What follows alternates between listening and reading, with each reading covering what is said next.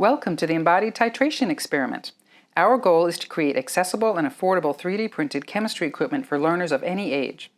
The Meteor Studio at ASU designed and printed the 3D burette in this titration experiment.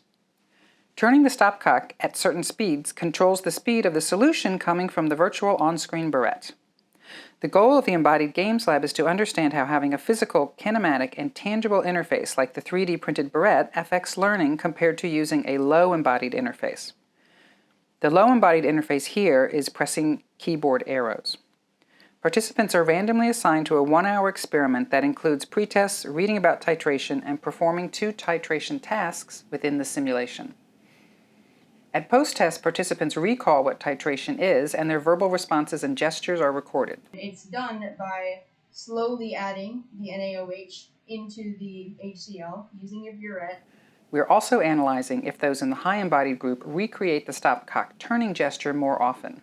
Our hypothesis is that those who use the 3D printed burette in the experiment will score higher on a chemistry content knowledge test and use the turning gesture more during recalls. Full results will be available in 2022.